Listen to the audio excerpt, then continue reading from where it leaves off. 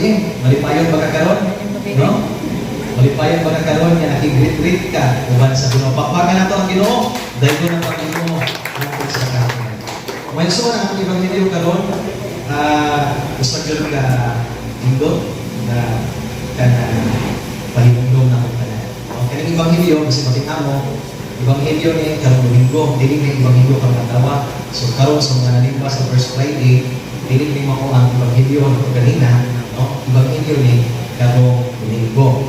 Ito yung ini sa kuhang programa sa CD para aduna kitay gamay na pagkaw kita kung may taong tawag sa Biblia. Ikabot na ko dito na may background, akong giro ko sa akin may ikabot na ko dito na sus, mas nakay ko kung sa kumalandong ng pare, na pare na pagtulog naman. No? So, ako ani, we are studying homiletics. My first part, homiletics ani is study of homiletics. Pero dili na ko yung komisyon, part na siya sa mga kultos sa ato pagpamalan.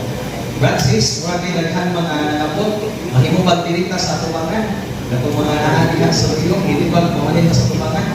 No? Ang mga bisita, ato kung balino ng atubangan. Okay na ba? Ano? Hindi na rin kalabon sa mga speakers. Hindi ko ba ganun ang ginawa ng Kristiyan? Kasi ko ay sunod po. Dahil na.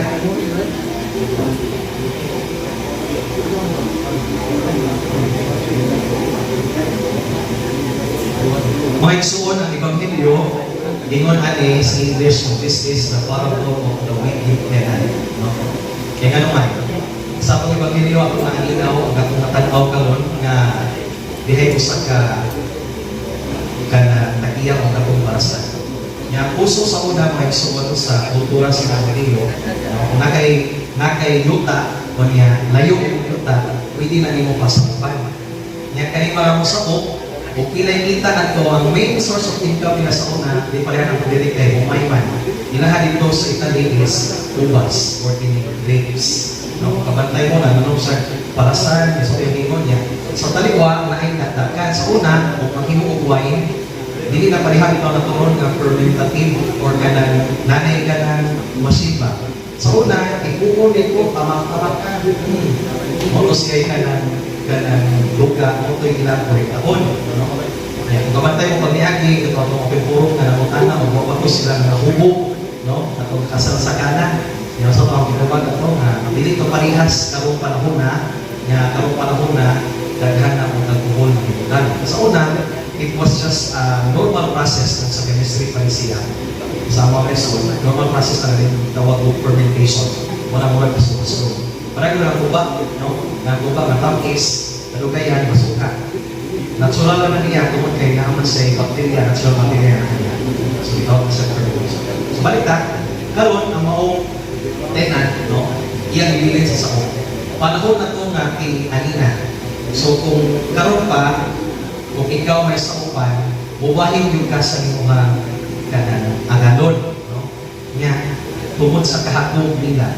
Dito na kapadana unang batch nga mo'y mukuha sa sakop or mo'y kuhan sa kita or halin, Hindi pa na halin ko, kanang mga bahin, Pagkato, gipatay. Ikaduha na po, gipatay, Katulo, nagmanaw ng tagiyan. Posible po niya, ang anak na may manto, hindi yun hilanap yun. Pero gibuhat ihapon sa mga tao kung ina. Pero mga isulti na kung Ginoong Jesucristo niya tungkol kay maokini ang refiguration or ang nagsimuro ni siya mismo. Nga ang tag-iya aganon mo ang Diyos ang parasan kita dinhi. O kita po mga saupan. Realidad na itong mga tao is akong akong tao sahay, di ba? Or even worse na uban, mas akong dawupan. Ang kwarta, dili na siya dautan, matupad sa Pablo. Ang kwarta, dili dautan, pero ang akong bugma sa kwarta, mao'y pagkadaot na. Kabantay mo, naiuban, dako na. Kung naniguha, ihapon ka mas mudako pa. Naiuban bro, o pa nag-asawa. Inyo ang gamit yung lain. In other words, ang atuang kasing-kasing di pa puti. So mo na yung unang prefiguration na ang tao, realidad sa tao, hindi yung maputi. No? Isalig na naman sila, nanay para sa nila.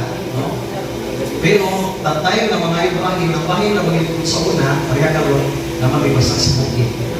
Kanya, ang among ibahin sa Tagiya was just, kung kami maka 34 kasako, or 50 kasako, ang among ihatag na bayad sa Tagiya, ito lang ang kasako ang ihatag sa Tagiya.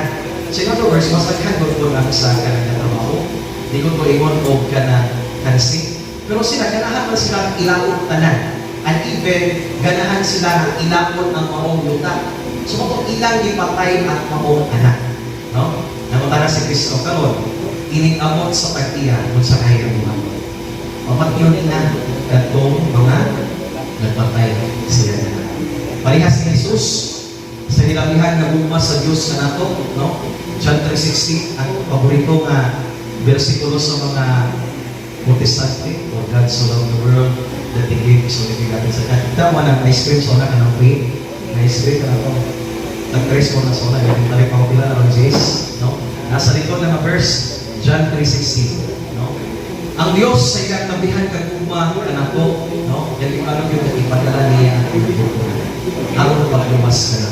Ganuman, mas ipagkitang tanan din sa kalimutan, mabuhat ang mayo, atong ibayad sa Ginoo, di kita kabayan. Kaya nga naman, ang atong isang Ginoo man. Ang sa una natong mga ginikanan dalang ibaris, ang isang nila Ginoo. Sabi pa, ang sa way utlanan ang kabayanan. Kaya gahuna-una ang Diyos umahan ko sa umulay ako nga aron mag-ulit sila kanako. Yan siya, Diyos man siya mauspician. Kung hindi na ba ito, niya yung siguro in one click, okay na ta. Balik na maris para miso. Wala. No? Siya mo sa ka-Diyos o siya. So, iyang ipada ang iyang bukong anak.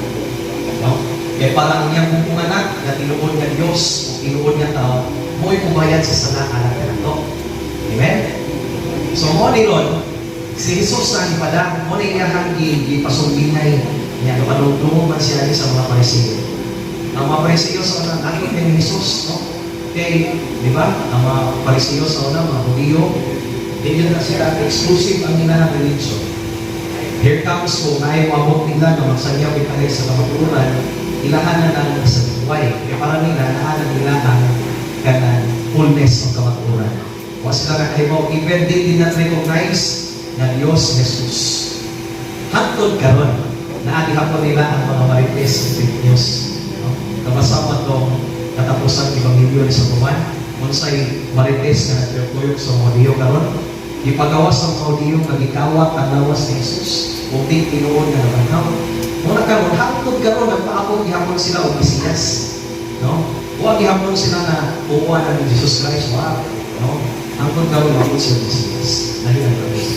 So muna ang istorya ni si Kristo nagwali, sila masuya. No? Kaya mas kayo mo si Kristo. Ilang sumutan. So, ilang pasahay, ilahan, uban-ubanan si Kristo, mag-ilaw pa rin siya. Hintang bigil ba? Kaya parang nga sila ikasumbo para ilang ipapatay. No? Mamipamilason at ipapatay si Kristo.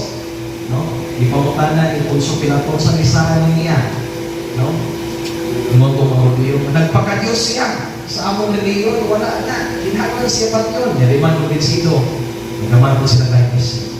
Bueno, mga isuon, balikan. Si Kristo ay nagpasabot nga iyang katulong gayon ipadala sa Diyos Amahan. Maybe the first and the second na ipadala sa Diyos Amahan is katong mga propeta. Pero ang mga tao tig-an hapon kasi. Huwag hapon ito. Sa mga katulong gayon, iyang ipadala niya na tig-an hapon ang kasing-kasing sa katawang propeta. Sa gibuhat sa Diyos, no? Ang tod karon, huwag yun niya nawasa ang katawang Diyos. No? Nigawas. At sa mga itin mo na hamdan talaga sa isya. Wala na exclusive dito nila sa Edward Johnson. No?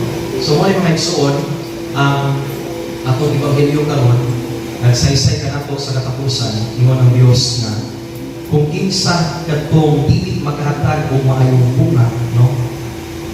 Ang siya, sugihan ko kamo nga ang panalangin sa paghari sa Diyos, uhaon ikan kainyo, o ihatag nato sa mga tao na makahatag ayong mga bunga. Huwag din ang panalangin sa Diyos, no? Kasi nabihay na ko ron nga, nasir din ako, lakas na ko kayo, kaya ba na matanan, no? Pero mabot ang panahon na dili ka mamuna o mga maayong bunga. So may mga maayong bunga nila, no? Kini nga itong mga bunga sa kaluoy. Ang mga bunga, katong mga tao na nakakitab sa itong mga bunga, nakapaminaw sa mga wali, ituo o ibalik sa Diyos. Mga ang mga maayong bunga na ipasabot sa Panginoon.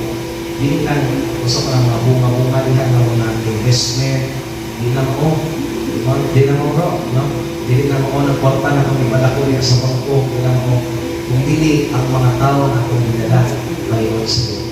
Pero ang application sa itong kinabuhi, no?